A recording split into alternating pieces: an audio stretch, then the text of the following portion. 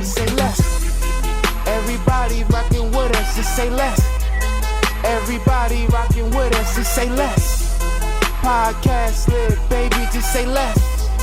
And we climbing up the charts, just say less. Welcome back to another episode of the Say Less podcast.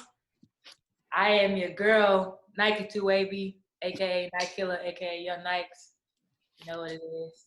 Hey, it's your boy Morris Peanut, aka Dark Skin Jermaine. What's happening? Yes, sir. Your boy DeVille here. And Diamond, we are here another week. Ah, that was just so basic, Don. You don't want to say your full name this time? All right. What do I usually say? I'm Kanisha Hughes. We all was going in. We was talking about those extravagant intros, and you just, I'm Don. I said it's your boy DeVille. It's your girl Diamond. There we go. There we go. Sexy.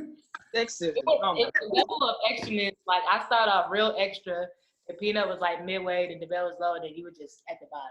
So the thing about intros though, with like Zoom, is you don't know when it's your go. So I always get caught off guard. And then I'm like, oh yeah, it's silent. I guess I should introduce myself.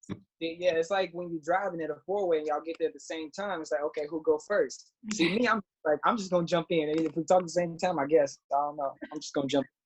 Nah, Dom known for the delayed response. If you go look at that first episode, when we just, Intros are also weird for me. Like, I don't like introducing myself.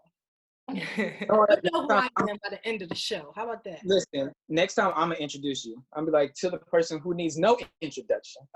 Oh, there we go. That's the way to do it. yeah, but thank you for everybody that's been rocking with us since the first episode. This is episode number 13. Lucky Man. 13. Yeah, man. Yeah, man. We're back in this thing. Quarantine edition. Man, I'm tired of the quarantine. I'm tired of everything that's going on. The quarantine series lasted longer than expected. I need a vacation ASAP.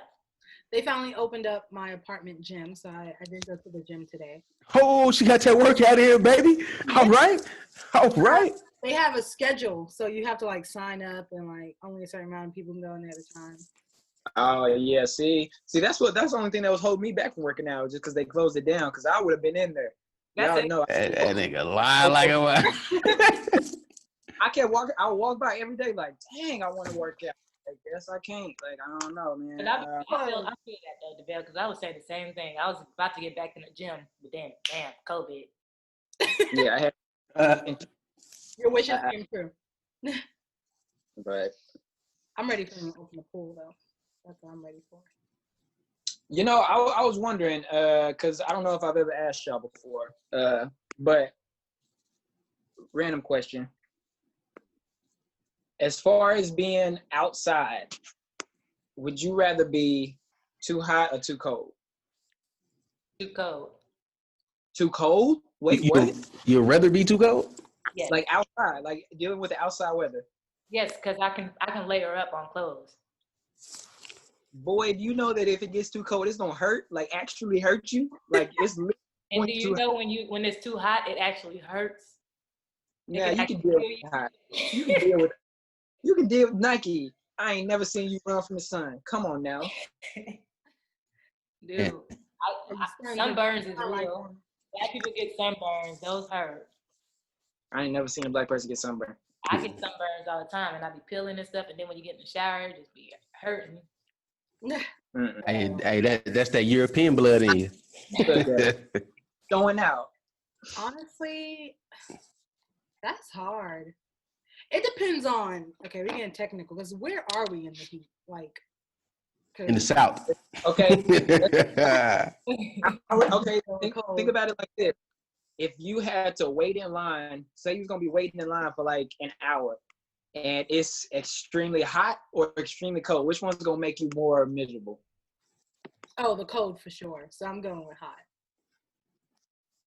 The see, Dom, that's why, Dom, I already knew. I really didn't want to ask you because I knew. Because honestly, You don't really feel the heat until you're like moving in it. If I'm just standing in a line, Nah. cold, standing Go through that. still in the cold, Well, you're gonna be you Standing in the heat, you're different. gonna pass out. Directly in the heat, the sun is burning, like just shining on your forehead. Nah, I'm good. And I'm Oh, burning calories. It works. You gonna Hey, pass. there you go. well, I remember it was New Year's going into 2019. I went out to a club in Oklahoma City, and we was waiting for the Uber. It was like below zero, and we left all our jackets at home because we thought we That were was just terrible. running out the Uber. I had frostbite, and I was waiting for the Uber for a good 7 minutes. It felt like hours. yeah. Yeah. Hey, I rather honestly I can deal with the heat. Me personally, like I ain't got no problem. I can work in the heat, whatever. It could be 110, 115. I can be out there. You know, I don't know. I get on high or some shit when I'm outside in the heat, like working. I have to be working though. Like I can't just stand there. But if I was like just sweating, you know, doing something, I'll be all right. I can manage. I'm used to it, honestly. Yeah, I feel like the heat just makes you like it just makes you uncomfortable.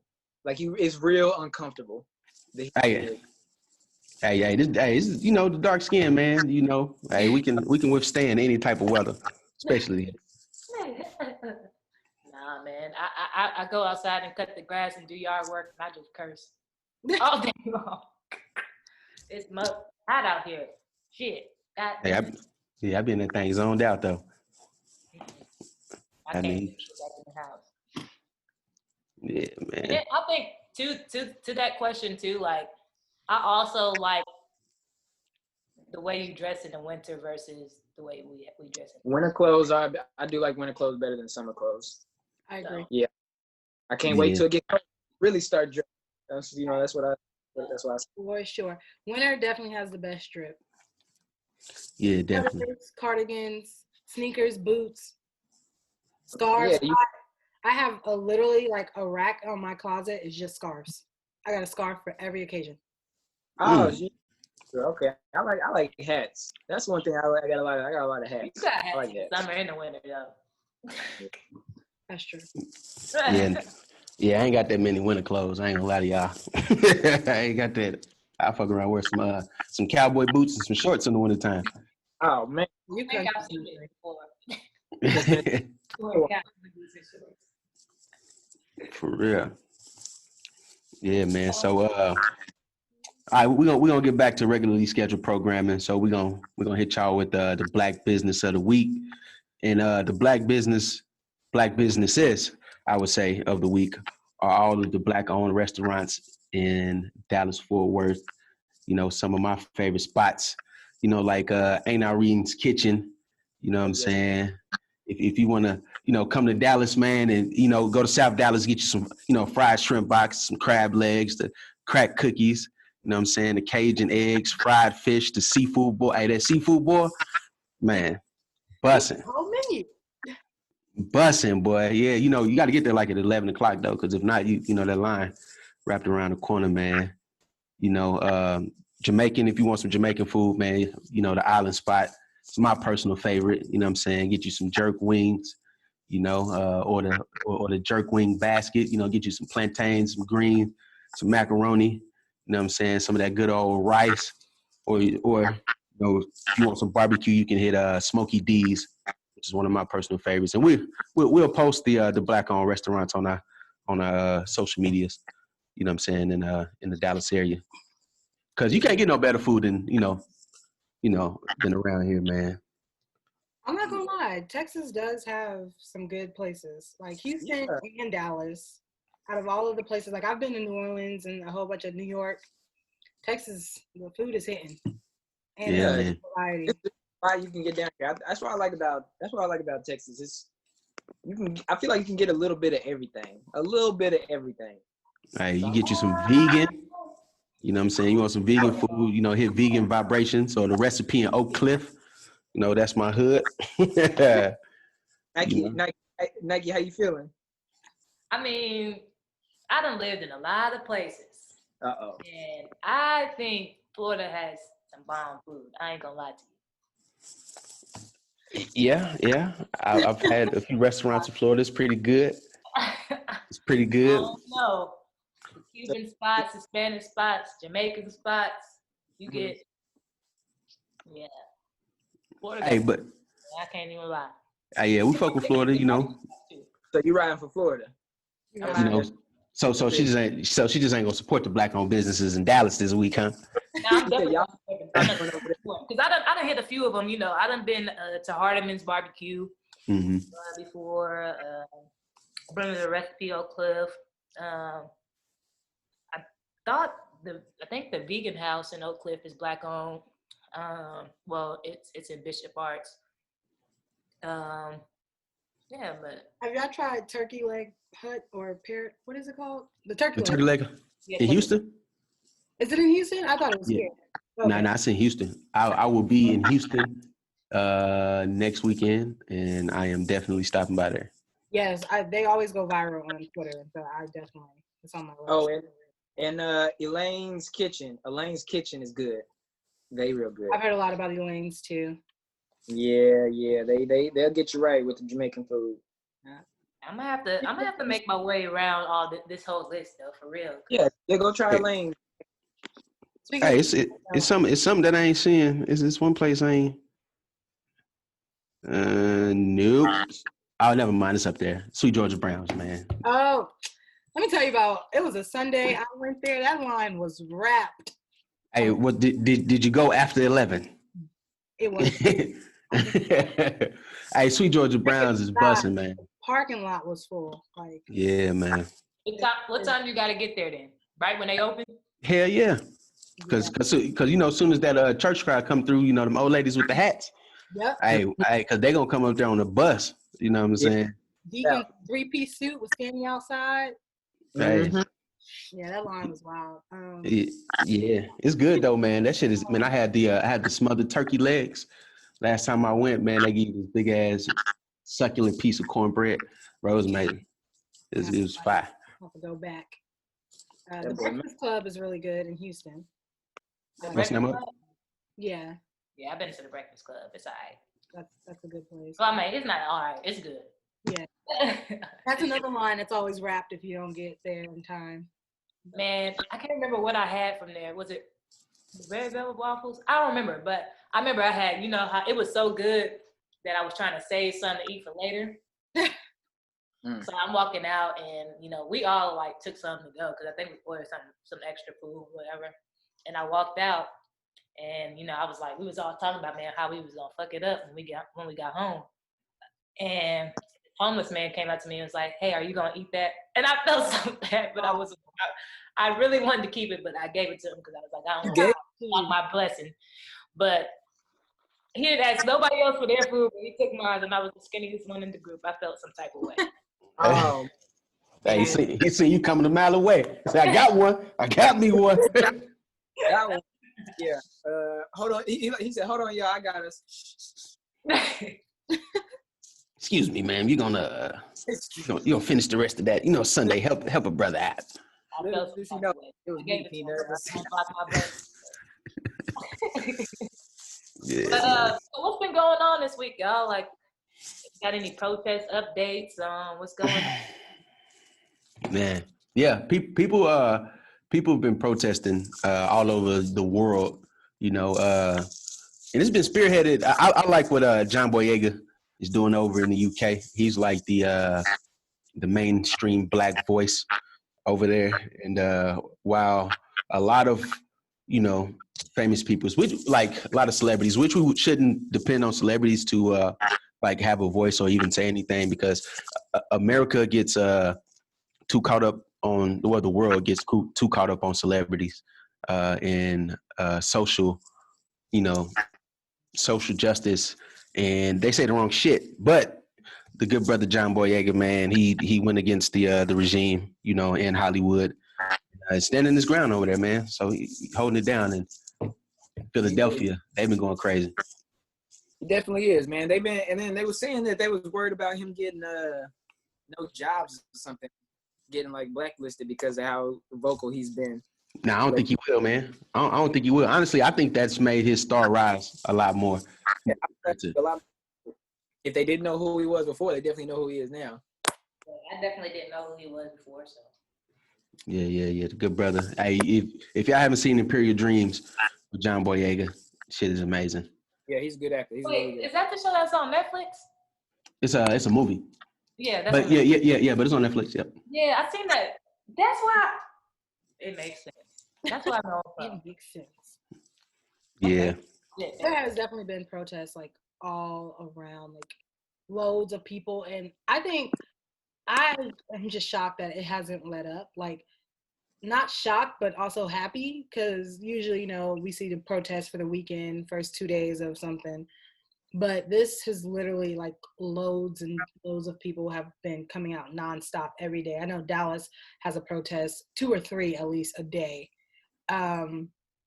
All over the country, like you said, all over the world, people taking down slave owner statues and throwing them in oceans, and Black Lives Matters painted on 16th Street in Washington, D.C.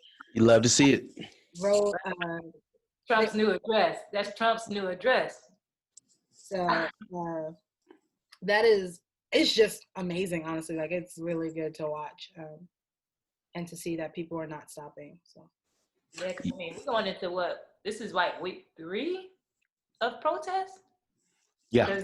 yeah, So this is yeah. It's definitely it's a week and a half ago. It was already the biggest civil rights movement as far as protests in history, and it's continuing on. So I love to see it. Keep it up, because I mean, it sucks that it had to take all this to actually get people thinking. Yeah, and I seen the list of historical American protests, and it said that the bus boycott in Montgomery, Alabama, lasted 382 days. Oh, shit. Yeah, I stand wrong. I stand corrected. 382 days.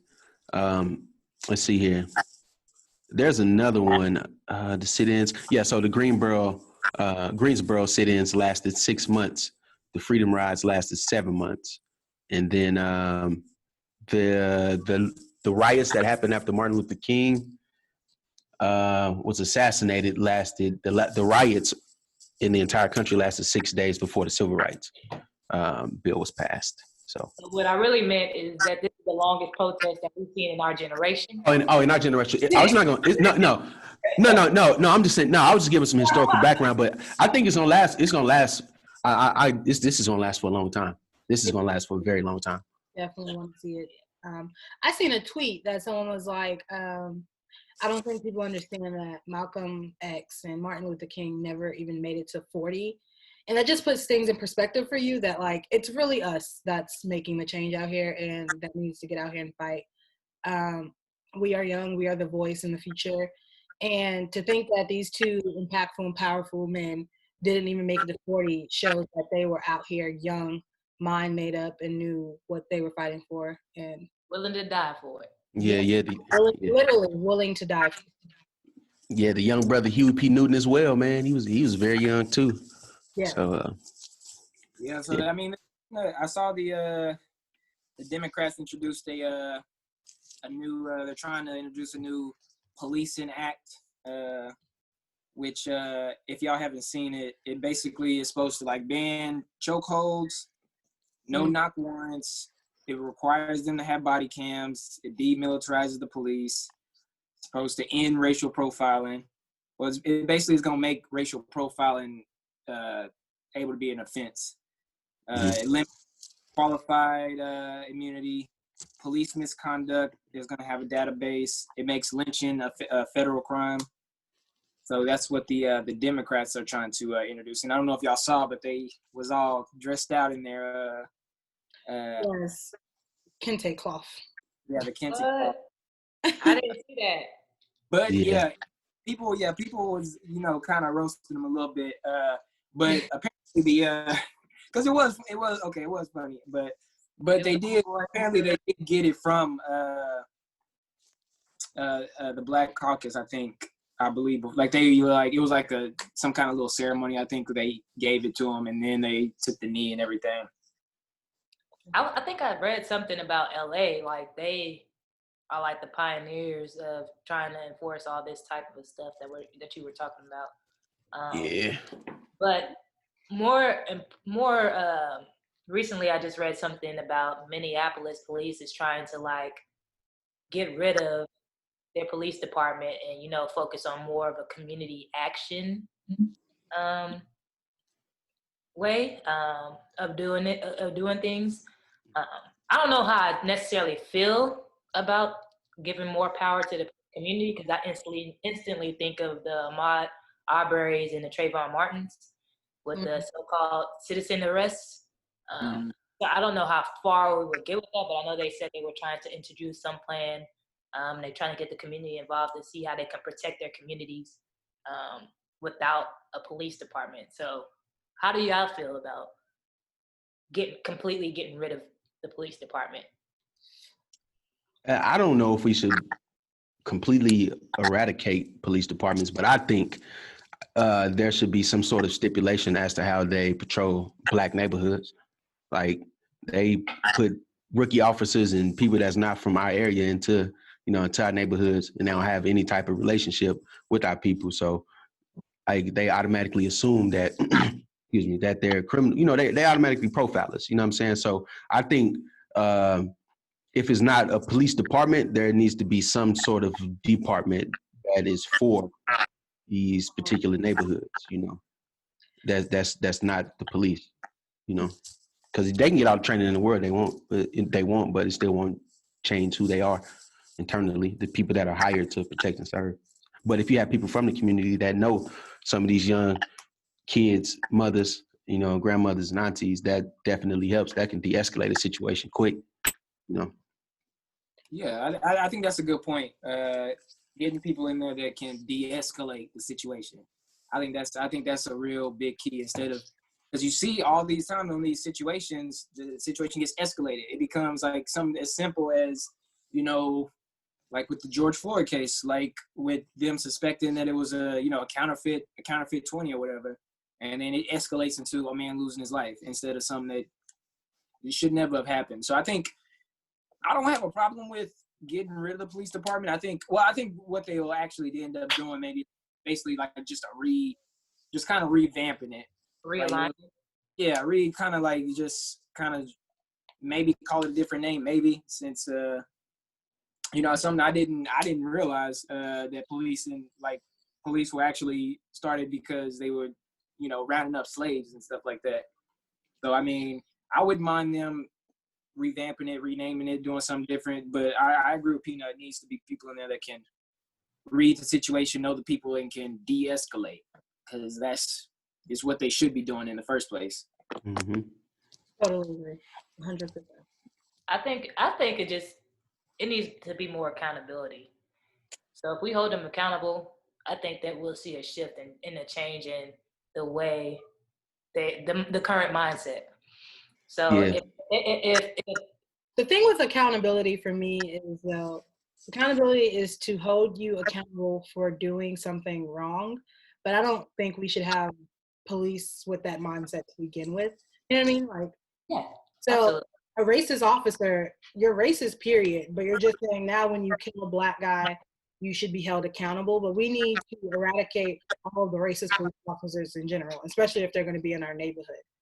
I think, honestly, getting rid of the entire police force, to me, I'm kind of at the point where I'm like, let's try it. Like, what else can go wrong at this point? Like, we've seen the worst of the worst at this point. So, like, let's give it a try, or let's fire everybody and build the team back up. Like we said, if it's giving it another name or something like that. I think what it stood for and currently stands for, and the system just needs to be completely washed away. Yeah, I hear you there. Hey, and but I think where we are right now in 2020 with one of the demands is that like groups are asking for the police departments to be defunded in America, because they make a lot of money off of our tax dollars. Like we actually, they work for us, we pay their salaries off of our tax dollars. It's not like you know, it's coming from somewhere else. So defunding them, honestly, you gotta in this situation, we're taking the right steps in hitting them where it hurts the most, and that's in their pocket. Yeah. You know what I'm saying? So yeah, I think definitely defunding these police and stop having them over patrol our neighborhoods, and also, which is starting now, take them out of our schools as well. You know, because ain't no reason for, you know, if there's not a lot of like bad shit happening in black schools, I don't think police should be there. You know, we don't see that shit in white schools. You know, and I understand, you know, these poor, disenfranchised, you know, like communities, you know, only know like what they've been taught. And I think like students trying to go in and learn and being in those four walls and having the system of going from class to class, only being able to be let out when the bell rings or whatever. That's kind of like, I feel like it's conditioning. Yeah. And it's conditioning, you know, the young minds, like, and having police officers around and shit. That I don't think that's beneficial for our youth. Agreed. And I know in places like New York, I know I had an aunt that worked for school safety, and they are trained just like police officers, as far as not necessarily as far as I guess safety protocol, as far as like guns and stuff, but as far as just like the ability to capture a criminal and the fight or flight and the I don't know, I guess the strenuous activity of police officers, like the test that they get put through for school safety, is almost the same as a police academy. And so running flights of stairs and things like that. So I totally agree with you as far as conditioning. Yeah, and I think and with all that and with this like this new bill that they're trying to push through, like with the body cams, I think that not only should, obviously they should all be required to wear body cams, I feel like the public should have access to it. Like the public should be able to see it as well. Cause you know, a lot of times in these crimes and all the cases of police brutality and stuff, you know, the police department holds the body cams and stuff, so you don't actually see what happened. I think if everyone had access to it, I think that's just another way of, like you said, keeping people accountable. If you know that people are going to see this, although like a lot of people have been recording stuff now, and it seems like they don't be caring, but yeah, I think that public should have access to those body cam footage. I agree. Sure. I seen somewhere, I don't know how true this is, might need to be fact checked, but Alabama is now making it illegal for civilians to record police officers. What kind of shit is that? That sounds like some Alabama shit. So you can be fined, I think, if you are caught recording a police officer. And so that's working backwards, if you ask me. It is. And it sounds like definitely something Alabama would do. So I would love to ask them. I would be like, why? I have one question. Why? Why sure. should? Because you're hiding something at this point. That's all that means. Get away with something. But you know what? I'm gonna go back to Pina's defunding the police, because I feel like with defunding the police, it's gonna require them to do a complete realignment, because therefore they're not gonna be able to afford to have all the people that they do have in the departments and things like that. So maybe all this is gonna work out in the end, because it's gonna force them to have some type of police reform. Yeah, we need it. I have a question. Do we see any purpose, or is there any good in good cop, bad cop, like that just role and stigma that they have? And we see it in movies all the time, where the bad cop comes in and like pushes you to the ground and gets some answers out of you and manipulate you and all this stuff. Do you guys see any good in that? Like the roles of good cop, bad cop? Right. Like, because it's just crazy that is even a thing. Like, why are there, it's not good lawyer, bad lawyer, or you know what I mean? A good teacher, bad teacher, like everything is bad. But in this role, the good cop, bad cop seems to be like equal. Like, it's okay to have cops. I think it's basically just a, almost just like, it's like a sales tactic almost. Like, you know, you have the different sales tactics where it's like the foot in the door technique, where you start low, but you're really trying to get somewhere high. Things like that. So it's another way of just loosening the person up so that they talk. As far as like do I see it? I mean, obviously it would work. People would fall for that. Like you had someone in your face and someone came in nicer, you might be a little more willing to talk to them, and vice versa. I think do some shit and then you don't do anything about it. You just as crooked as him. You know what I'm saying? Regardless of what you're trying to get out of a person or whatever your end goal is. I like that's not depending on the circumstance, but that's just not their job to, you know, fuck somebody up because they feel like they don't get some answers out of them. And then you just sit there and not say nothing. You know what I'm saying? But, and I understand why cops, you know, the good cops don't say shit because of the blue code of silence and them not being able to work in law enforcement again, you know, whatever, but fuck that. Yeah, because wasn't with the George Floyd case, some of those officers were like new. They said they were like rookies, stuff like. Yeah, one of them was on the job for one day. Yep. Like a second day. Yeah. Right. And it makes you wonder, like, if you were in that person's situation, like if you were there. I mean, obviously it's easy to say, like, you know, oh no, I would have stepped in, I would have, you know, whatever. And I like to think that most people would, honestly. I mean, you gotta think about it like if in your line of work too, right? If it's your first day on the job and somebody do something, you don't necessarily know like if it's the wrong thing. And this is probably a bad example because I think like a life is way different, but right. If you're thinking like you might think that's not right, but it might be the norm for them, then you just like you won't say anything because you're thinking that it's probably the norm. It's the culture. It's the normal culture. Yeah, my man's Jake, training day, he said, no, man, he stepped up. So I feel like, hey, because honestly, I know it's easy to sit here without the pressure on you or whatever. It's easy to sit here, but I honestly feel like I would. I honestly feel like I'd at least say something like, all right, bro, like you got the point, like you're good. Something like you would see me actively try, like, okay, all right. Yeah. For sure. I feel like most people would at least do that. Like you wouldn't. Yeah, I think, and it may be because we're black. Maybe like a white person might have a different take. But yeah, I would have definitely I would have tried to do something. Yeah. You know, your human instincts got to kick in at some point, man. Like, or like even like you know like dude, like you've been around like dudes get into a fight or whatever. Like if you notice like it's getting a little out of hand, everybody jump in like all right, yeah, you won, whatever, you won. Like so yeah. I almost feel like that's kind of. I mean, I know it's not a work environment, but it's almost like the same thing. Your basic instincts is like, okay, well, you know, all right, you're done. Like that's enough. I think that might just be in our instinct as Black people. So you don't think white people have that instinct? I don't think. I'm not saying all, but I think that you know, like because we've been through so much trauma. When we see something getting to that next level, we automatically like feel for that person and it's like, let's end it there.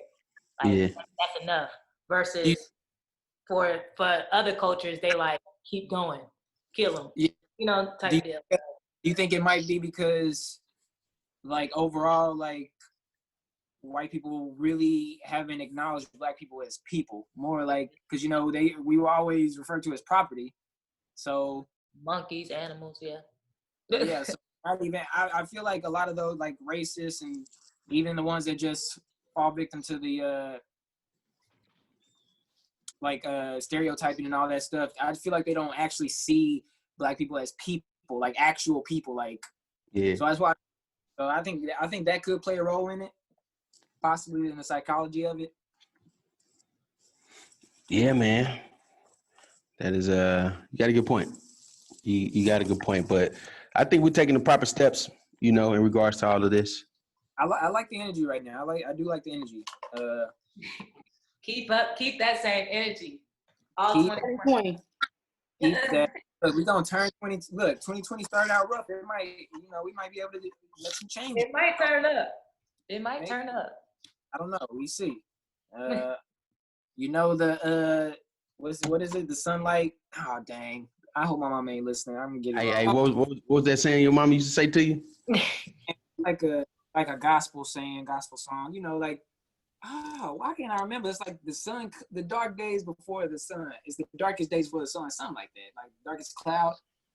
The darkest cloud. No, that ain't it. I thought maybe if I sung it, it might. You know you gotta sing it to remember it. Like I'm way off too. I feel like I'm way off. But it's the main idea. The darkest days come before the sunshine is what I'm trying to say. So maybe 2020 might turn into the best year ever. You never know. I don't know. I sure hope so, because you know I need a vacation. Yeah, we all do. I'm tired. I need to go somewhere far away from Dallas, Texas, on the beach. Relax. Yeah, you trying to be out there like Molly, vacation. Yeah. So what y'all think about Tekashi 6ix9ine Locked Up remix? Man, first of all, why does he have on a lace front? That's my question. That's what a full 36 inches in his head. like. Ponytail was sweet. Thick. This man is a living, breathing troll. It's just crazy. I'm mad at the fact that Akon really allowed this to happen. I mean, I feel like it would make some money, so I could see that. Can I say that the song is good? I haven't actually heard the song. I just heard the little snippet. The song? Okay, I'll go with that. The snippet was good to me. That's it. Yeah, because that's all I'm saying. The snippet was good. you know, It's on brand. Like, it's Locked Up. It's Locked Up. I loved Locked Up, and So he's gonna sit there and talk about him snitching. He might. This is about to be a generation full of snitches. Everybody gonna tell on everybody. It ain't gonna be no code, no street code. Let's break it. This is a great move for Tekashi. This is a terrible move for Akon. That's what it comes down to. Agreed. This is right up Tekashi's alley. It works. It's on brand. The song isn't bad. I'm not going to sit here and act like I didn't like Tekashi's music before. I thought he was a snitch. I listened to a couple of his songs. So, can't help but I like the song. I'm going to tell you what I think happened. Trash. I think Tekashi heard that Locked Up beat and was like, I got to use this shit. I got to tell my story. And then he probably wrote a song, and then Akon charged the shit out of him for it. But his label ultimately paid it. So that's what I think it's just all about the money for Akon, honestly. But what if the song is different from your label, like Akon taxing on it, but he in a video with him. Yeah, he didn't have to be in the studio recording it with him and all that. That's a little extra. more personal, because you could have just gave him the beat, but Right. It builds some hype. They by the piano singing Locked Up together. So Akon was actually singing? Akon was there singing on the song. This Locked Up remix featuring Tekashi, it ain't a sample. Yeah, no, at each other smiling and stuff. It was like, dang. They was buddy. It was almost like they shared a personal story. Like, Yeah, Akon, he don't give a damn about the streets though.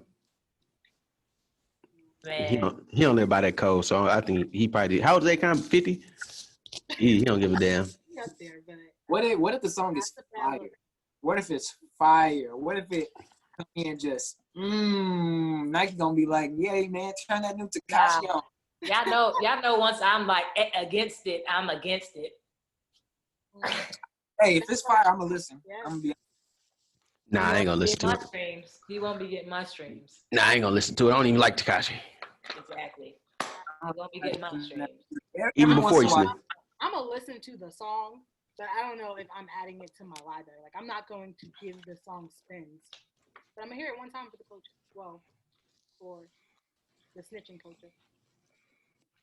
Yeah. I'm gonna leave y'all to that one. Did y'all like his last song that he came out with? I thought it was. I thought the video was entertaining. I don't even know what it sounds like. I thought it was trash. I thought it was really trash. But I saw a lot of girls specifically. I saw a lot of girls. I was like, I kind of like this, and I was like, Beat, man. I can see that though, but I wasn't one of those girls. It was. I did not like it. I did not like it at all. But it's a lot. did, like, full honesty, if Takashi did all his snitching and then he dropped Fifi, that song he had with Nicki Minaj after, I might just have to listen to it. Like, I would be playing it because that was my song like 2 summers ago. So Yeah. I'm not a Tekashi fan, so I Look, didn't care for none of his music. Nike said no Tekashi in her house. Nope. crazy because So don't you come to my house, Dom, trying to DJ playing some, no damn Tekashi. Nah, I'm never gonna spin Takashi. But Stupid.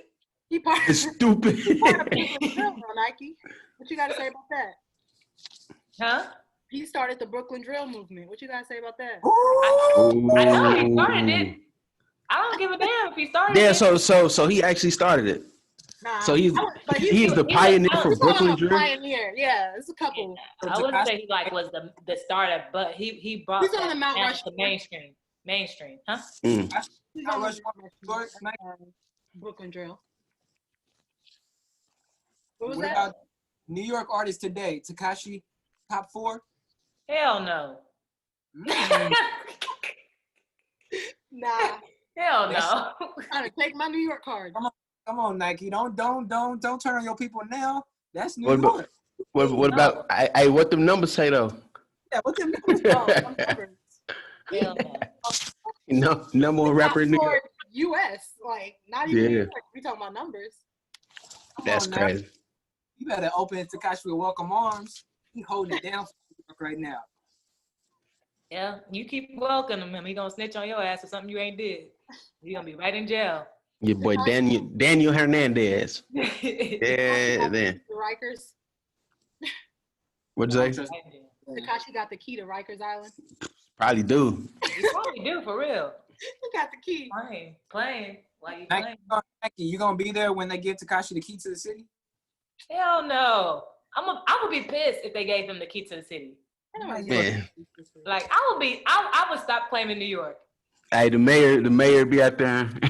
we would like to give Tekashi 6ix9ine this key to New York for his great police work, Not too detective work. far. He had that day that song dropped. He had Key to the the city. biggest billboard in Times Square. Key to the city. Tekashi had the biggest billboard. Yeah, in Times Square the day that. Yeah. He the face of New York. That's y'all city, man. Man, Wow. New York is not a city full of rats. Come on now. Well. We Now, did. what I heard, What? I heard a lot of rats in New York. I heard they He's could be literal. Okay, if you think about it like that, but Tell the truth now. Shame the devil. shame the devil, tell the truth. I got that one right, mama. Yeah. Yeah, man. And okay, we gotta move off of Snitch 9. What y'all think about Insecure? Man, I ain't even watched it. I ain't gonna lie to y'all. But y'all can talk about it though. Man, we can't Y'all- talk about it then if you ain't watched it. Yeah. Can I watch it after this over with? Yeah. And then I'll be Molly like- still ain't shit. That's all you need to know. Molly is still not shit. That is very true. That's very evident in this one. But you know what's something funny I noticed about Molly? She reminds me of a lot of women, actually.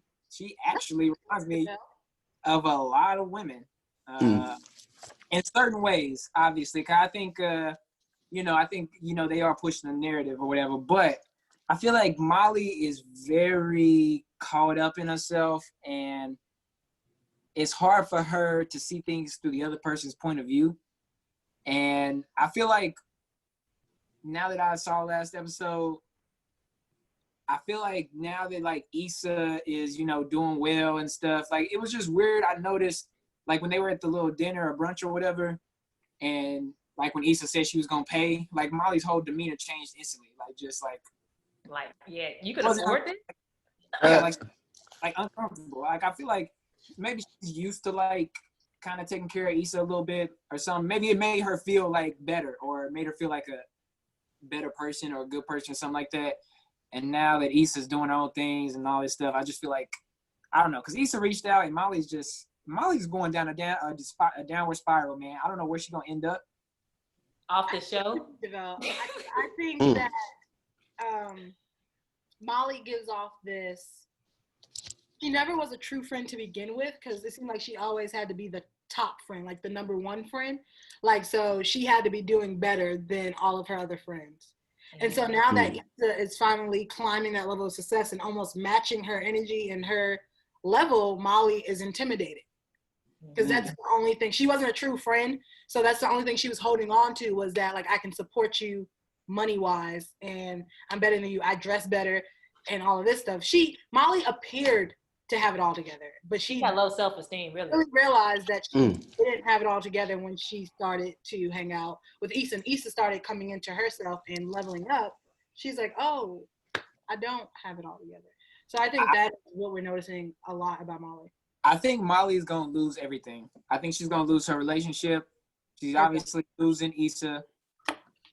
And she's going to lose her job on the show because they're going to replace her. Yeah, okay, I didn't say that. I feel like they are breaking Molly down. I feel like she's about to be stripped down. So I think her and her boyfriend going to break up. I think, obviously, Issa, whatever. I think they're going to take Molly to, like, a low place and try to build her back up, which is what I would love to see it. Like, I think that's what she needs, because her character on the show has just been all over the place, I guess. And you can definitely see there's some internal issues going on, and she just projects them on other people. So she's dealing with a lot, and I think she uses relationships with people to cover up her own insecurities. So you think Molly gonna have like a day of reckoning, like where she's broken down and then she has to crawl back and be like, all right, Issa, I've finally figured out my shit, or I was wrong as a friend. In all of her relationship, like her relationship with her pops and shit, she still ain't talking to her dad, right? Yeah. Nope. Yeah. So yeah. She hold them grudges, man. You do. That's why, and they've been. I know her and her Asian teen. They gon' Asian teen. Because like he is little hints in there, like he was like, so you just never gonna talk to my brother again? Like literally never. Like he's like, he's my brother. Talk to him eventually. He is my like blood brother. Like, you go have fun. Yeah, and then little things like that. And he's like, well, even like the Issa thing, he's like, you could try a little bit more. He's like, so. Yeah, he's gonna leave her for sure. Okay, I have a question on this Molly situation, and then we're gonna move into Lawrence and Issa. But at the end of the scene, this is a spoiler alert for everybody like Peanut who hasn't seen it. Mm-hmm. Issa tells Molly. Issa walks out, something happens, and then Molly tells Issa, maybe we've just growing apart. And we, like, this will never be a thing again. Like, we won't be the same again. And Issa stares her in the eye, tears watering up, and just says, okay. And then Molly says, that's all you have to say, okay? Boy, that triggered me. Let's talk about it, because what do you want me to say after that? Right. Like, that's why. See, what I would have said is, like, we ain't in no relationship. I don't owe you shit. Yeah. Like she her man or something. Yeah, like. That's what. That's why I said it. Molly reminds me of a lot of women, because they want you to, like, it's like, I don't like fight for them. Like, fight. But it's like, no, it's just like, okay. And they're like, okay, what? You're not about to get down on one knee? No Jodeci playing? Low-key, I had a friend like Molly. I had a friend that was just like Molly. And, like, she was very, trying to get the right words to say, but it almost was like we was in a relationship. Yeah. Like, and I didn't realize it until after we stopped being friends, because she was very possessive. Like, I really couldn't be around other friends and stuff like that without her feeling some type of way and things like that. Or like, if I was excelling at something and somebody would give me credit, she wouldn't like that, type deal. And I'm like, and then like when we were coming into the point where Issa and Molly is today, and like we had a conversation, I'm like, I don't owe you an explanation. Like, we're not in a relationship. Like, yeah. What is your problem? Like, and Issa wasn't even like that. She was just like, hey, I'm trying, but you need to try too. Like, you need to try too. And she's just like, well, literally meet me halfway. Yeah. But That's literally what it is. yeah, she broke Issa's heart, man. I fell for her. She got in the car, tears rolling down. Mhm. That's tough, man. Yeah, Molly ain't shit. Molly's not shit. And then what we Guys got? have Two more situations episodes like left. that? Sorry. After this, well, you have 2, Peanut, but yeah, there's one more left. Does everybody like from a male perspective, do y'all have like situations like this, or is this just like a female thing? No, well, I think females like the whole like y'all friendship is like almost like a relationship. I feel like that's like a girl thing.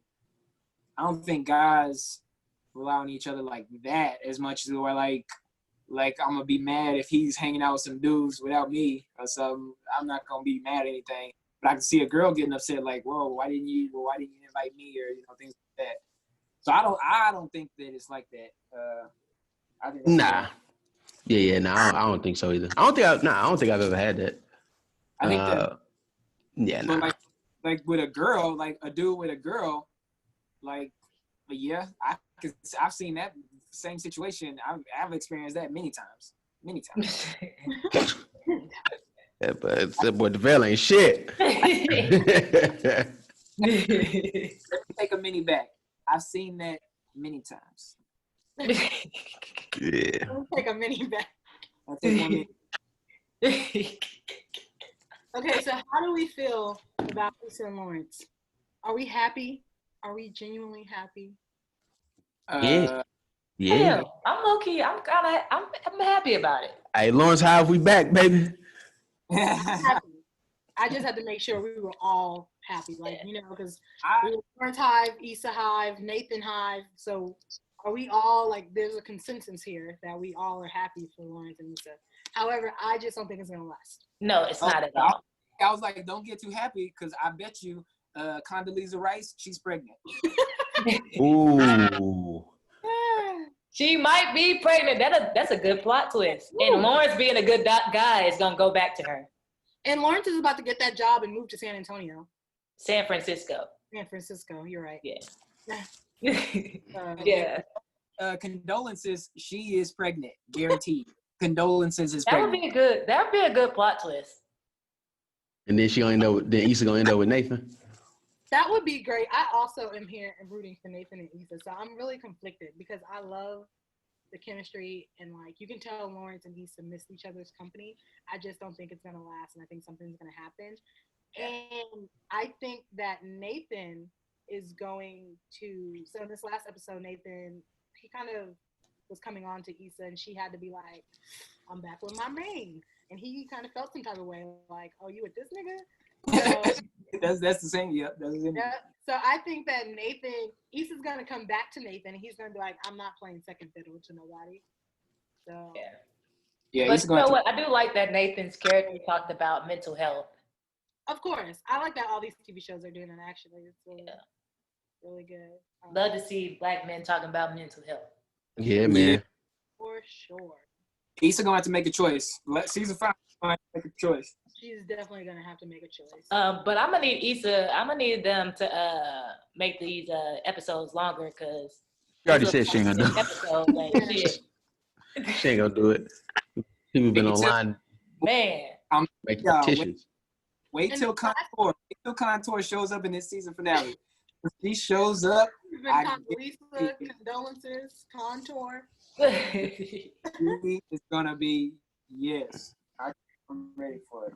Yeah, I do think that she was playing real goody friends with Issa, but she gonna come back with some beef. It just made me because when Issa asked, like, "Oh, so what's going on with?" He was like, "With," Done.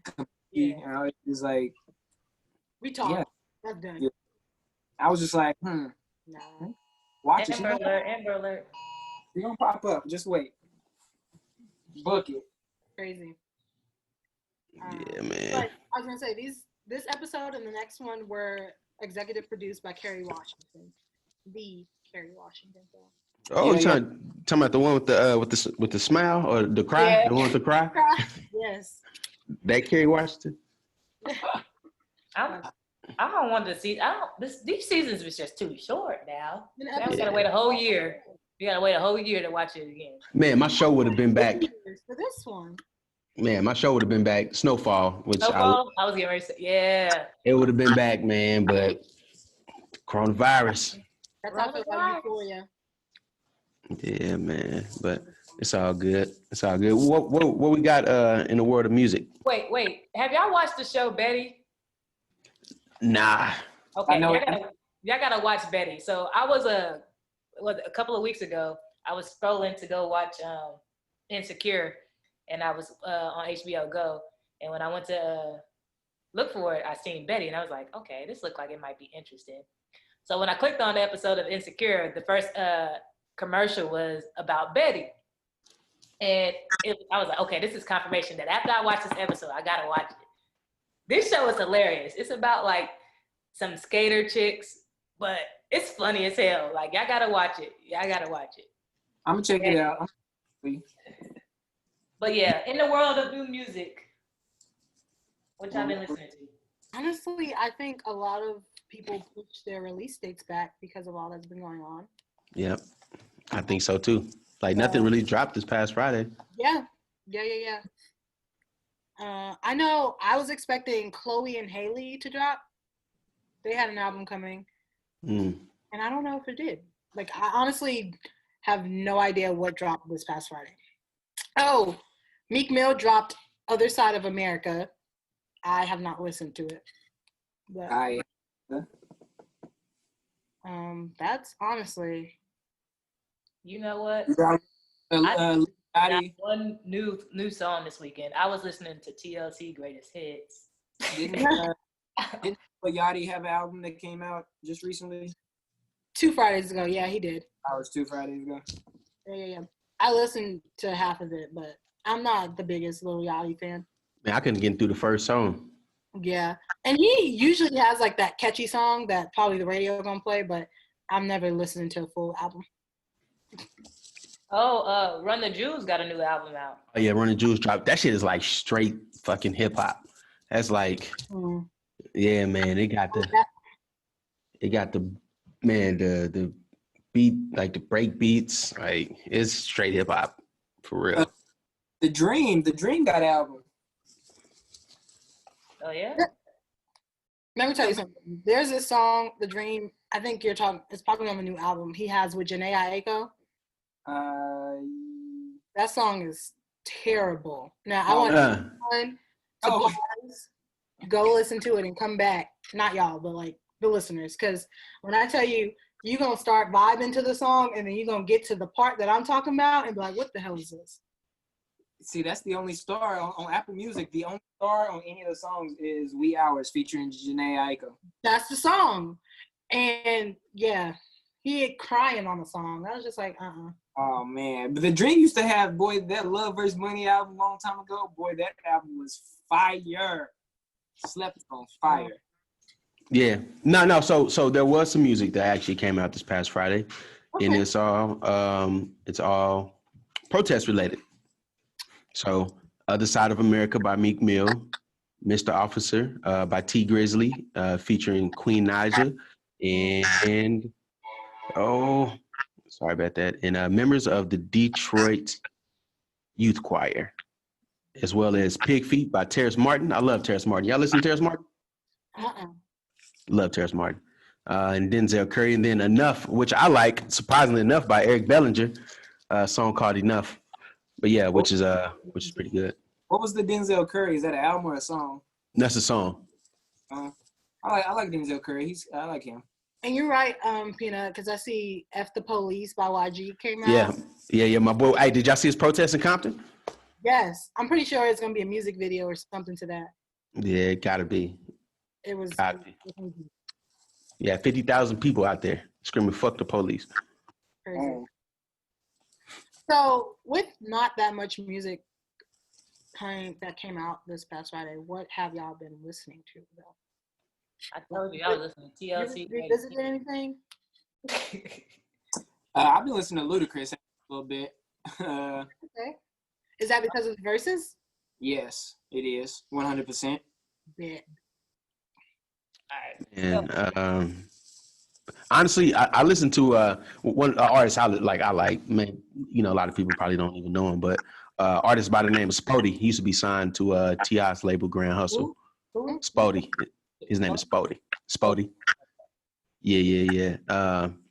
Man, and I listened to honestly, I listened to that Kirk Franklin versus Fred Hammond playlist on Tidal. Okay. Was it not? Man, amazing. You hear me? I was washing my dishes, bruh. I was feeling it. Yes, bro. I was on the way back from Oklahoma to Texas. It got me there. The time flew by. Hey, man. Hey, it's a fire playlist, ain't it? It is. That's why I said, I was like, this is the best versus battle I ever seen. I was like, this kept me engaged the whole time. Yeah, shit is it's amazing. So I downloaded some throwbacks that I was just thinking about. I was like, man, I ain't heard this song in a while. And then, like when you listen to one song, then it reminds you of something else random.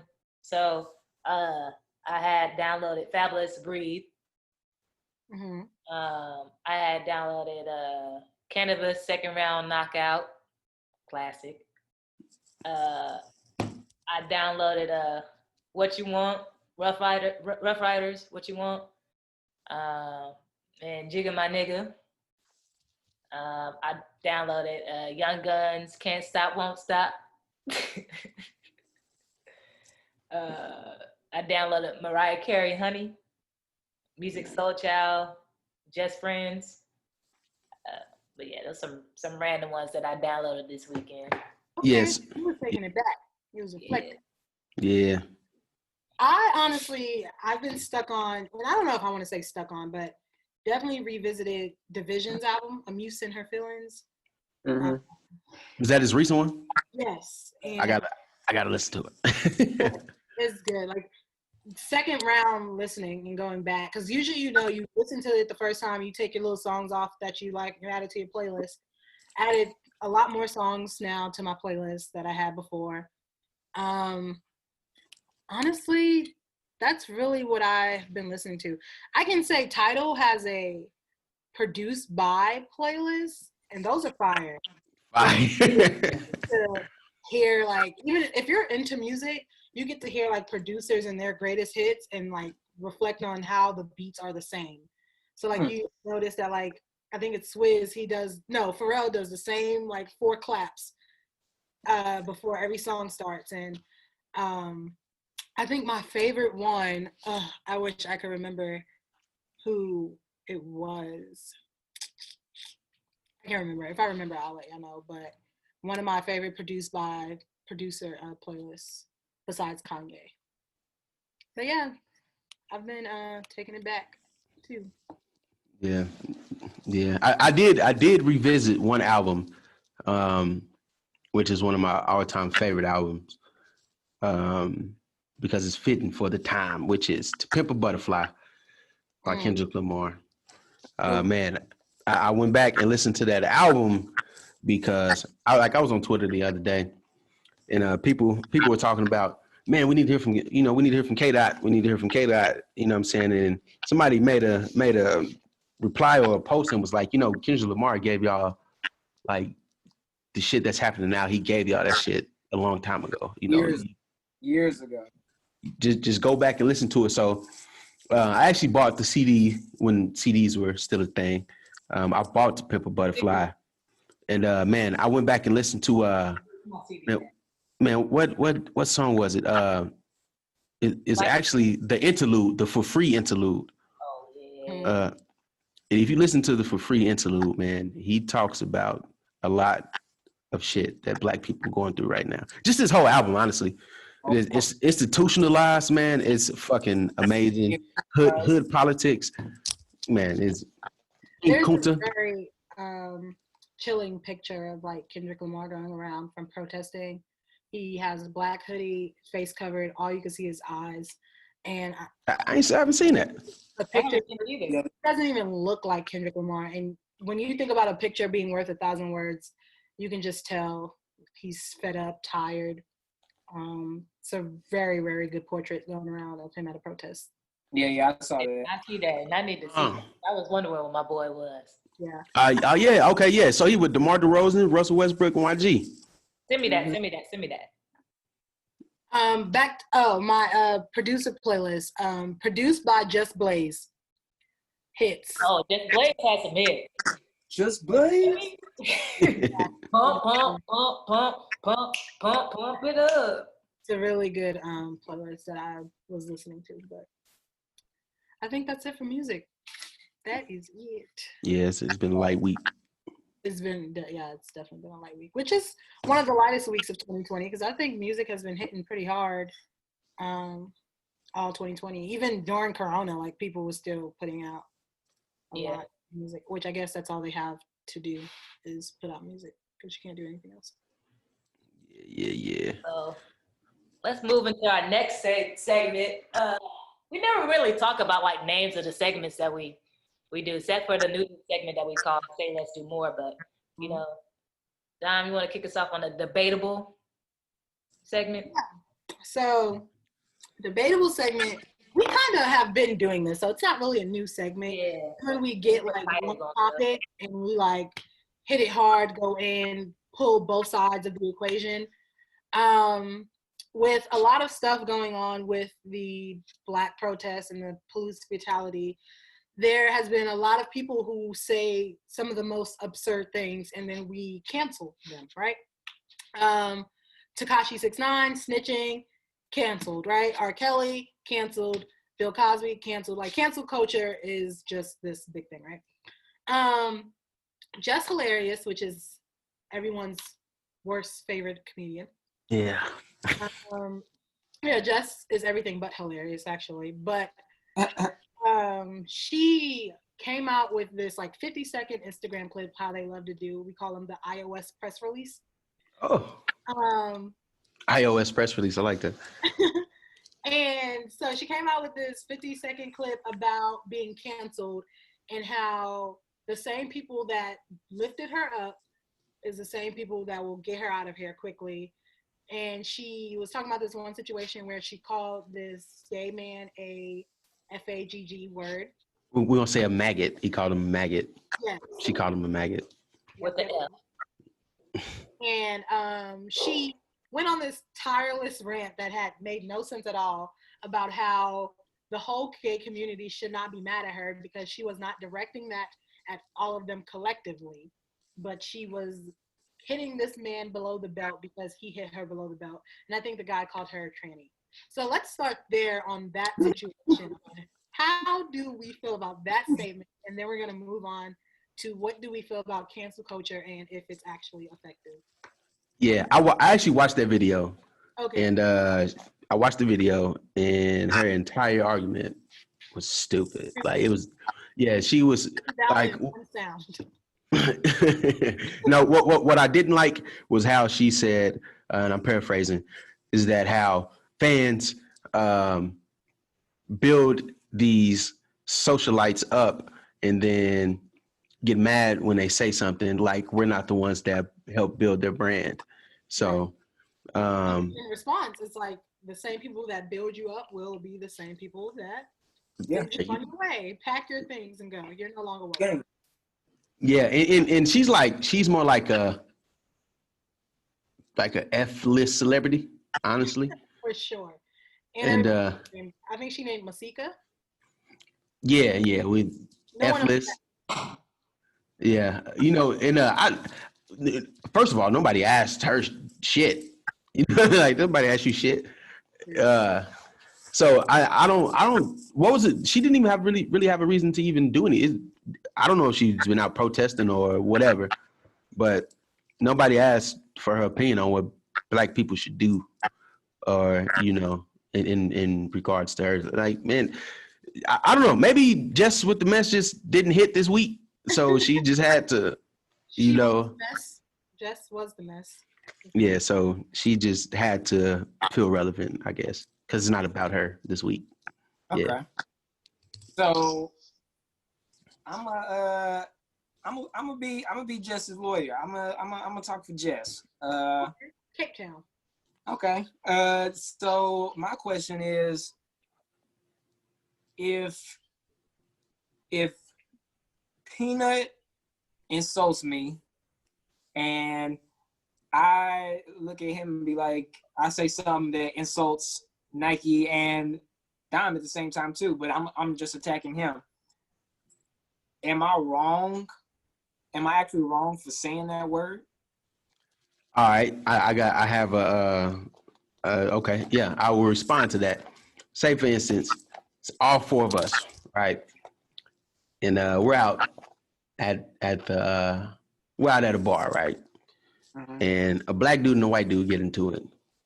And the white dude says, "You fucking nigger." How would you feel? Exactly. Hey, exactly. Everybody gonna beat this man ass. Right. That's You fair. know? But I mean, I got where you were going with that, Deville, because like I feel like if you hit me below the belt, then I'm coming back 10 times harder with my response. But oh yeah, and also with that, also, I mean, there's a difference. Okay, there's not a difference, but I feel like there are kind of levels a little bit. Like I feel like Black people have suffered more than say like the LGBTQ community. So I feel like that racial slur They hit got to come for you, man. harder. I just feel like You on the ledge on your own, Deville. Hey, the alphabet boys gonna get him. They coming for you, man. Nah. I'm just the lawyer here. So I'm gonna just say, like the example Peanut used, that slur is gonna hit a little bit harder than the others just because there's so much history behind it. Not saying that the other ones ain't gonna hit, but I'm just saying it's kind of levels to it a little bit. So at the same time, it's something that it's not right. It's not right, but I feel like people don't look at it as hurtful. No, I think it's just that we played around with the maggot word so much that we really did. It's how can I explain this without being offensive? I feel like we played around with that maggot word, like even as kids, without really understanding the meaning of it. And that's all races. So therefore, like the word is not as heavy as the N word. To kind of expand off of what you're saying, I think that's more so the case. Not to say that I think they're equally as bad and equally as offensive, but I think that all races play around with that word so much, so it's like it's not. It's just one of those low blows. It's not like the N word where it'll get you messed up, you know. Hey, I ain't gonna front though, and I think she made that statement because I think that's like her demographic, honestly. Like not her demographic, excuse me, her audience. I think her audience is like the LGBTQ community, honestly. You know, so yeah, that's probably why she made that statement. But that shit was delivered so terrible, man. You know, just the same way we throw around the N word with each other, you know, like in the gay community, they joke around with it too, just to try to like desensitize the word. Yeah, and honestly, I'm trying to stop saying that word too. I'm like, not the F word, but you know, nigga. Like I'm trying to stop saying that shit. You know, so I'm working on it. It's easy. Okay, on a regular day, I feel like I never say it, but when you get around the homies and you're like, man, like you don't even think about it. But like during a regular day, I can go a whole week without saying it.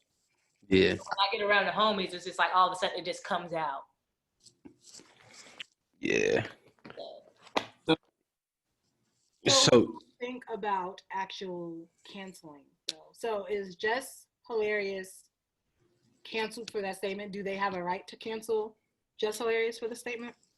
I really don't think it was Just Hilarious because like the broader thing is just cancel culture, not necessarily just. Yeah. But I mean,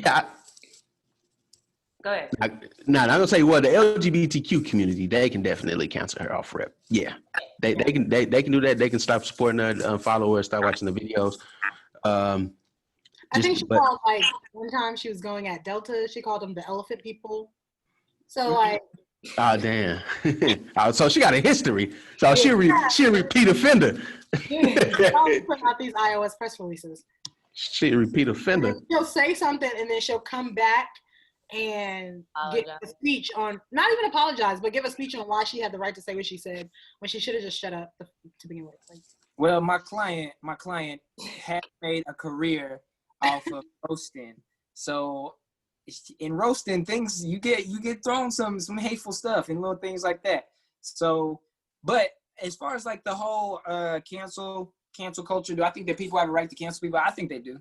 I think if the somebody you were supporting suddenly doesn't line up with your views and ideology, then yeah, you can be like, okay, no more. I'm not supporting them no more. I'm not supporting. And if a whole bunch of people also agree, they also don't support them, you cancel. So Yeah, R. Kelly. They had the right to cancel. But I think what happens is like, and I'm just caping right now, with Black Twitter, right? Someone will state someone is canceled, and then the rest of Black Twitter cancels that person with not their own ideologies, but just because it is a thing right now to cancel this person. And then are we actually canceling? Because you can cancel on Twitter when you can go stream R. Kelly's music. yeah. Yeah. That's R. Kelly. I can't. Hey, I've seen there's one person that I've seen that couldn't get canceled by Black Twitter. I've seen him do it before, which is Carlos Miller. Carlos Miller, I fucks with Carlos. He funny as hell. But they Black Twitter has canceled Carlos so many fucking times. And he just be like, yeah, all right, nigga. You know, and then the shit just go away. You know, but Because that's usually what happens. R. Kelly is an extreme case. I think he's canceled, like not streaming nothing. But then there are cases like, if we just go back to last week, where there's B. Simone, Desi Banks, Tokyo Jets. Like these people where it's like Trina, that was one of my cases. Because I think that with Trina, necessarily, it was a lesson that she needed to be taught more than a cancel. You know, man. I think she was misguided and misworded. I don't think that she really represents or feels the weight of what she said, besides going off in a rant and not knowing what she actually She sounded very, very, very, very ignorant. Like very ignorant. Like if that was my old lady, I'd be like, man, shut the fuck up. Well, Trick was trying to stop her though. He kept on trying yeah, I think he was too. I think he was like, all right, okay, you know, I'm trying to tell you. Like, all right, well, that's it with Trina's tea or something like that. Yeah. But no, I agree. She was extremely ignorant, but I don't know if canceling Trina is more effective than coming together and showing Trina why she was wrong.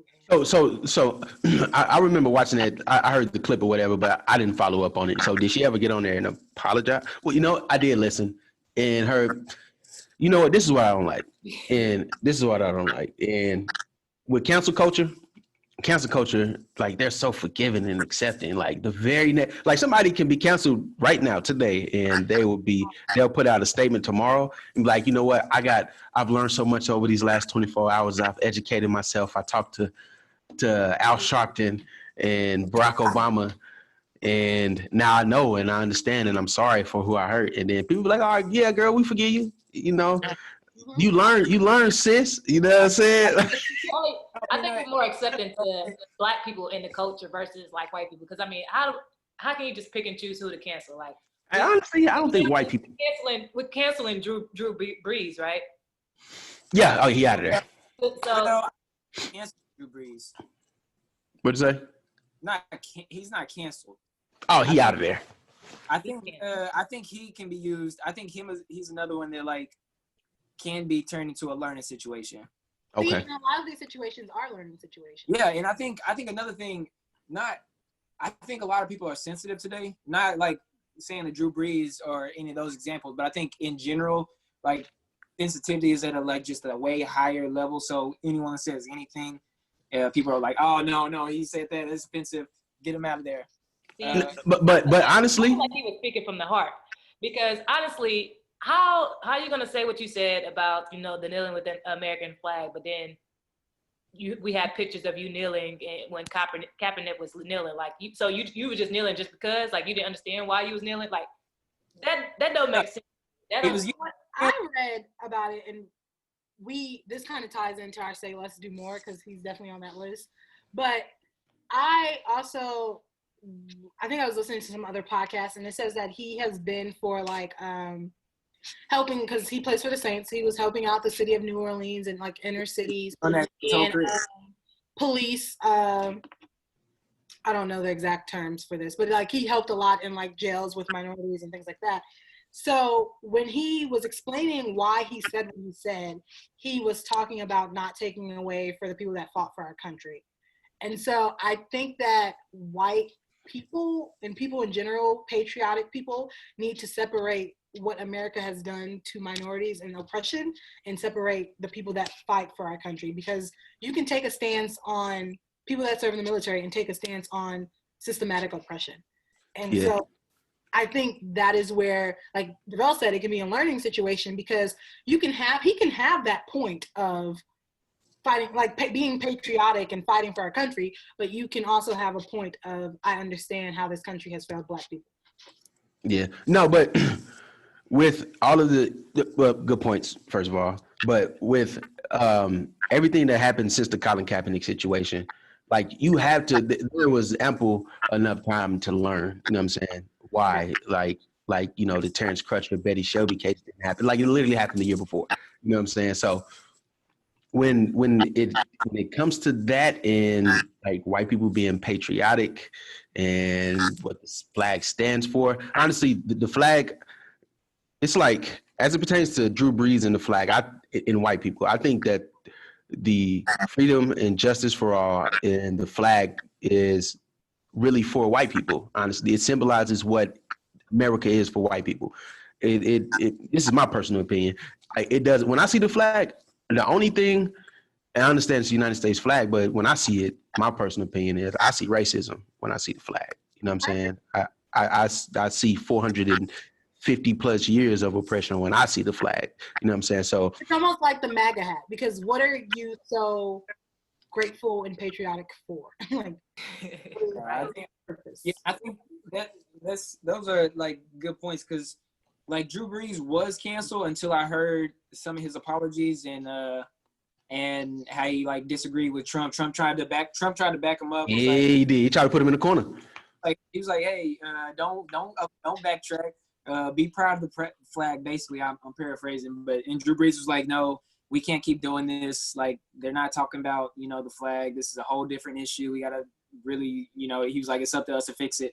Because I honestly think that it really did affect him. I think he really feels like he made a mistake and he messed up. I think the problem is, like, with a lot of influential, not even just influential, with white people in general, usually they kind of live in like their own little bubble. So they're not really taking in what everybody else's experience is. So him saying that, he was just basically, he's living in his bubble. Like, no, I can't agree with anybody against the flag. He's not thinking about all the people that's being oppressed and everything like that.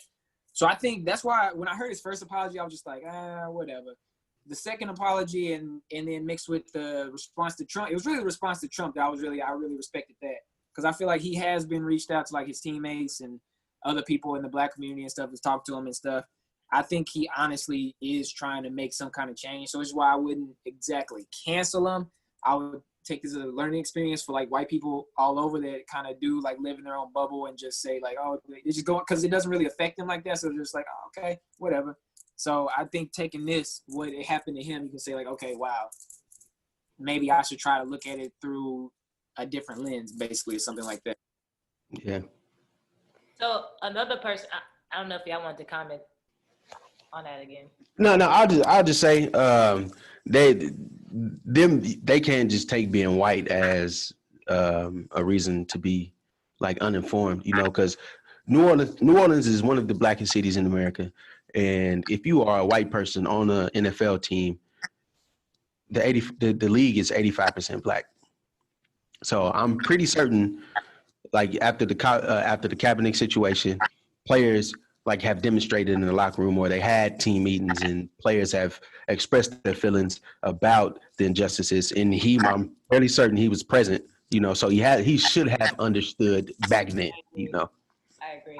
I think the problem is though that for a white person like that, they see it and they like, oh yeah, that's a bad thing. But then it's gone. So it's just like, oh, that's bad. If you're gonna make that excuse, then you gotta make that excuse for all white people.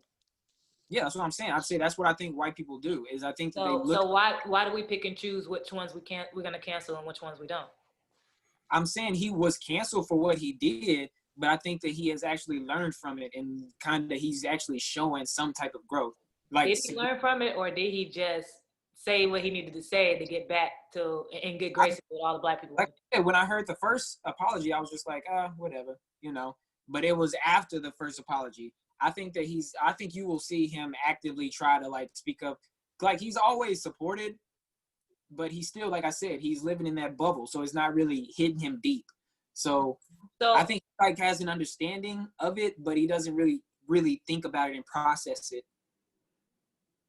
I mean, I just think deeper into that situation. Like, yeah, he could be supporting us, but it could all be a ploy too. So, I mean, that's just how I feel personally about the situation. But I don't want to stick on Drew Brees and continue to debate on him because, I mean, there's other people out there as well. Unless, Dime, you had a comment to make on that. I understand what you mean because people will use like Black culture and stuff like that to just be in good graces and use it as a ploy. But in this situation, it just seems like he was genuine to me personally. Like it seems like he did learn from his mistake. And after learning, like I knew nothing, I don't watch football, so I knew nothing about him. And after learning about the things he has done in the past, it just seemed like a learning situation that you could have learned from this. And he could have learned from this the last time the police killed a Black person, the last time Colin Kaepernick kneeled. But, I mean, the time is now. There are so many people who are learning, I think, at this time specifically. So the other person that I wanted to talk about was Marky Mark. Yeah, man.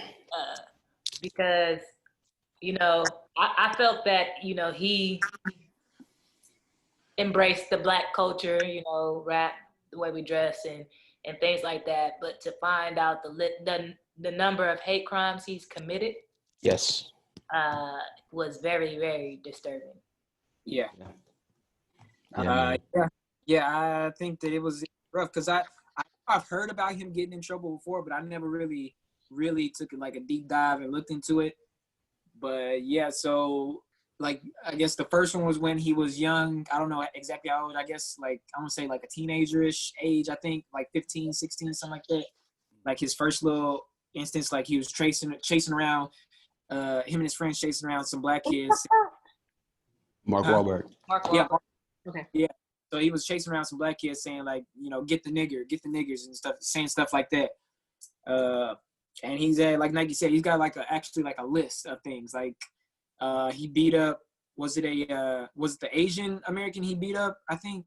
It was an old man. It was an old Asian man he beat up. He punched him, knocked him out, and then he beat up another Asian dude like the same day. Yeah, he has actually like a list of things, and it was just interesting because people was comparing how like John Boyega was saying like, hey, I could see myself being, you know, canceled for this, like in Hollywood and stuff, and people was like, but Mark Wahlberg been working well, like he's like one of the highest paid actors. Yeah. He's one of the highest paid actors. Because I mean, I thought his role in Four Brothers was everything. But yeah, like think about Mark Wahlberg, you think like, okay, that's the white dude that's down. I could mess with him. Like when you just think, that's one of, like he's down. I can be down with him. But he is from Boston. He is from Boston. That's Boston. They get racist in Boston. Very racist. So that I mean, is he canceled? Is Mark Wahlberg canceled? No, I don't think Black Twitter put out their consensus yet. Maybe they have. I don't know. But I think now with his cases coming to light, I think people are going to be more inclined to think about that when watching one of his movies, or yeah. So yeah, I don't know, man. I don't know. But then again, if he don't speak on it, you were willing to cancel Drew Brees just like that, right? But with Mark Wahlberg, I don't know. I think Mark Wahlberg deserves to be canceled because. No. Are you asking for me personally? Yeah. Oh yeah, he out of here. Yeah, I think there's no, like council, like speaking on council code, they may or may not, but for me, it's over with. Yeah, I think there's a clear difference between what Drew Brees did and what Mark Wahlberg has done. Mark Wahlberg is blatant. Like, it's blatant. Like, I'm attacking you because of this. and I've done it multiple times. Like I have a history of it. And I think when you've grown up like that, that's how he grew up. When you've grown up like that, I don't think it's that easy to like let that go. So I think I honestly, I don't like that. I don't like that. I feel like this is completely different than the Drew Brees Not sitting situation. right with your spirit. Yeah, it's not sitting right in my spirit. It's throwing my temple off. My temple is not feeling it, honestly. And I like Mark Wahlberg movies. I love them, actually. I like a lot of his movies. But yeah, that just and the fact that like this has been like on his Wikipedia page for this long, and I never looked at it. It's been Yeah. there forever. At any time. It's been there forever. That's because throughout high school they told us that not to look at Wikipedia, so we just skipped it. Yeah, that's true. That's not a reliable source. I'm gonna go ahead and say that. Yeah, I'm gonna go ahead and go with that. But He's had this whole time, and like he's just no one's had a problem with it. Like it's just been okay, whatever. And they're getting all these roles in cultural films.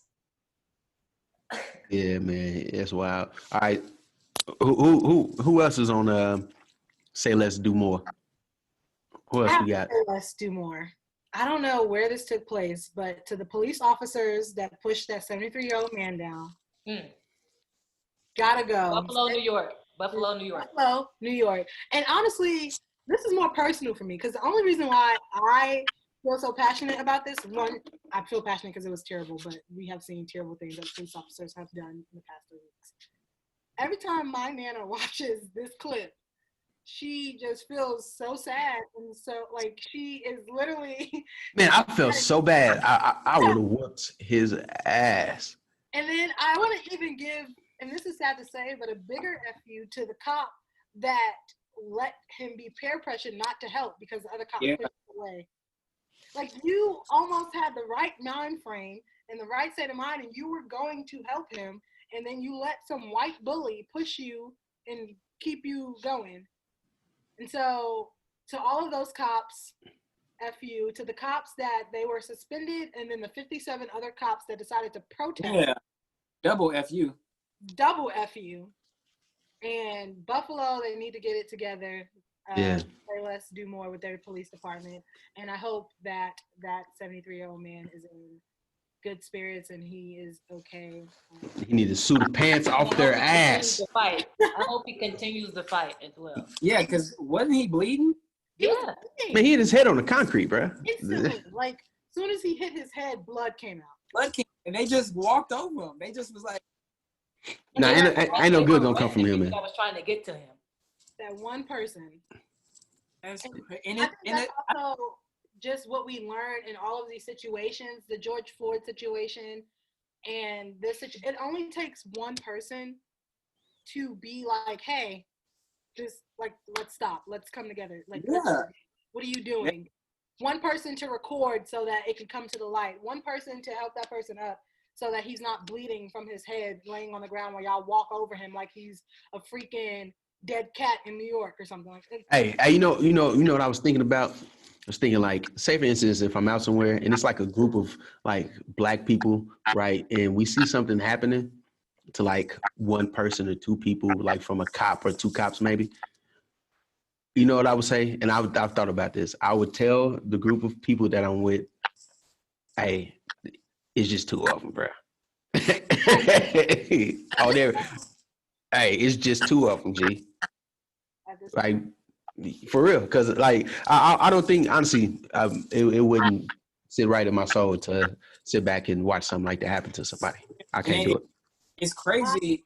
Like Dom said, like the dude, like he wanted to help. Like his first instinct was like, oh shoot, oh my, and then so that just lets you know, like these cops, this whole police force, they whole culture. Speaking of that, did we talk about the Puerto Ricans or the Dominicans last episode? No, we didn't. Hey, fuck them niggas, man.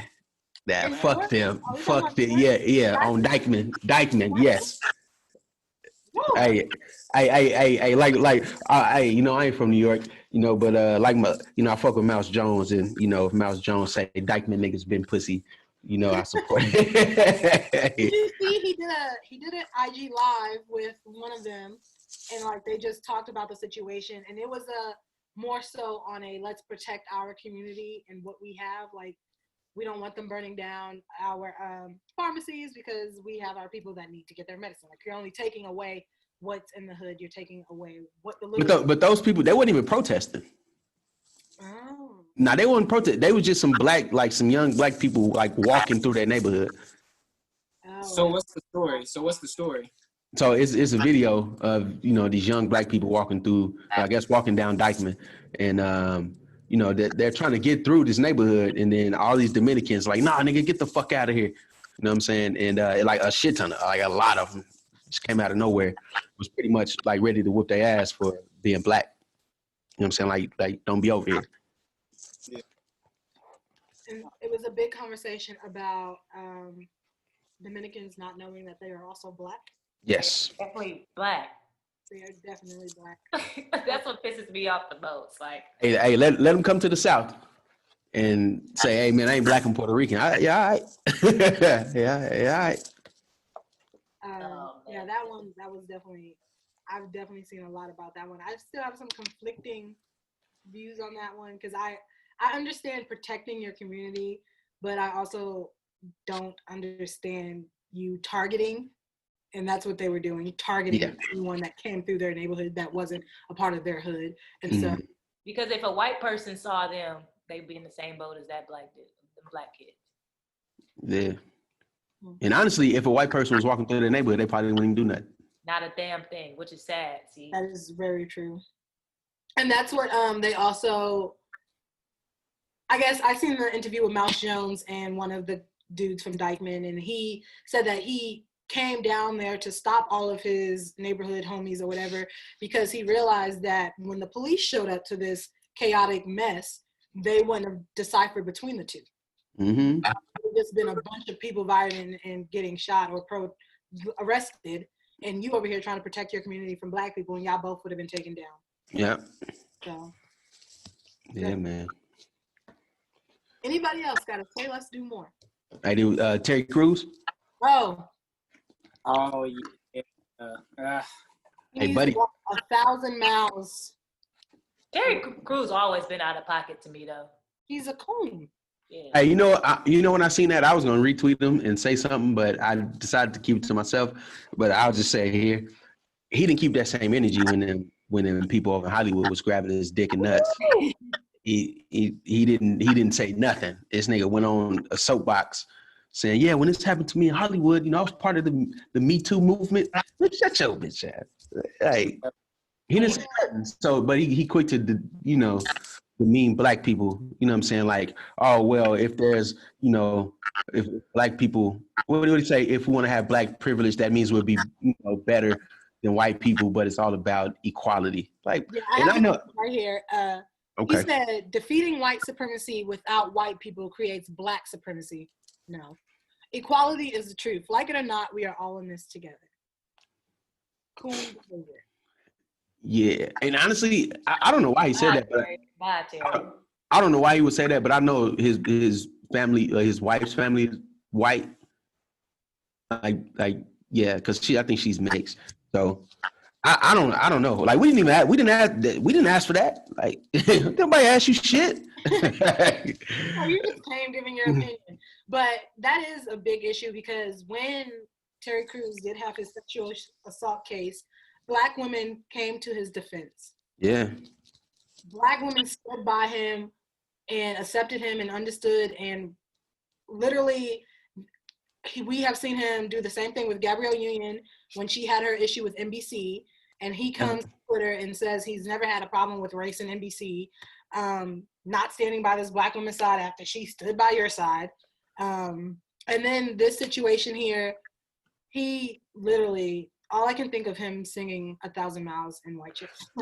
Yeah, and Gabrielle Union is suing them right now, as well as she is also suing Simon Cowell, you know, in a separate case for that. So, like, I don't understand why those type of guys wouldn't believe, you know, if a sister said something like that, you know. Right. There's something wrong with him, bro. It's something that's off. He didn't. Something's off there. Like I've met people that have kind of had like his kind of mindset where like they kind of just defend like like you say Black Lives Matter, and they just like, you know, all lives matter. Almost like you just don't expect to see you like. I feel like you don't expect to see that from somebody who's Black. Like you automatically like your first like automatically would expect them to like kind of have some type of understanding. But yeah, I think Terry Crews, I've been those he was off. As soon as that Gabrielle Union thing, I was like, bro, that's weird. I ain't even around. I would have backed up. Yeah. Sure. I just can't believe he literally used his Twitter fingers to type black supremacy. Yeah, that's wild. That is the wildest thing to me. Okay. Yeah, man. Yeah, I would have swore like that. If there was no name on it, like if it was blank, I would have swore that was a white person tweet. For real. Yeah. Yeah, I don't know. It's like he I don't know. Maybe once this coronavirus is over, or you know, the shelter in place, he's just letting Hollywood know, hey, I'm still here. I'm still a good nigga. You know, I defended y'all. I still want all the brand deals that you're man. everybody else. Yeah, man. He got Old Spice. What commercial is he in? Yeah, Old Spice. Yeah, he got bookings like that anyway, so they still ain't gonna book him. Yeah, he got the worst movie on Netflix. He just got one too many wrinkles, man. It's messing up his brain, man. Those wrinkles in his forehead, definitely how he thinking right now. Something. He been twitching his pecs too much. Yeah, we gonna pray for the good brother Terry Crews because he is so lost. He in a sunken place. Yeah, gotta be. He drunk the coffee.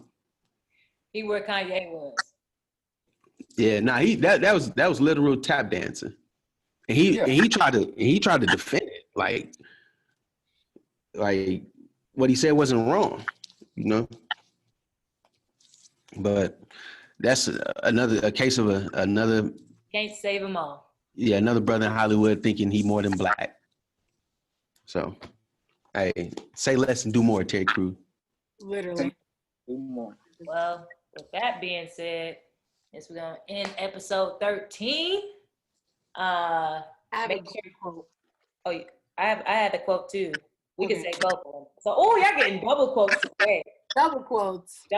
So, make sure you guys follow us on Twitter, Instagram, Facebook at The Say Less Pod.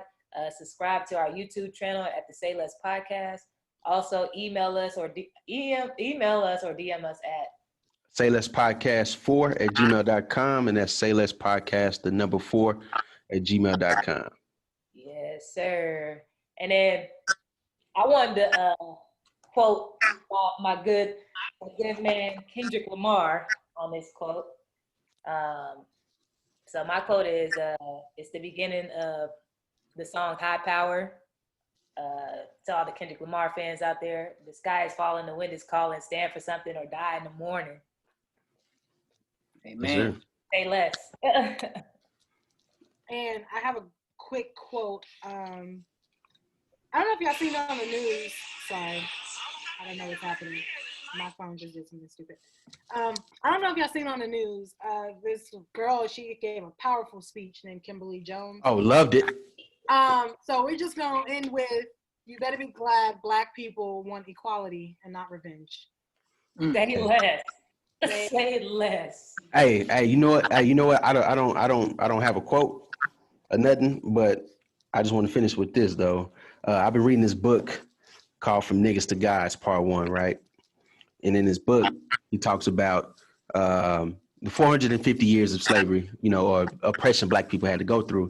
And I'm not sure. I don't think he's a Christian, but he ended one of his chapters in his book with a verse from the book of Genesis, and it says, and it is fitting for what's happening right now in today's climate. And it says, "And when the sun was going down, a deep sleep fell upon Abram, and lo, in horror of great darkness fell upon him.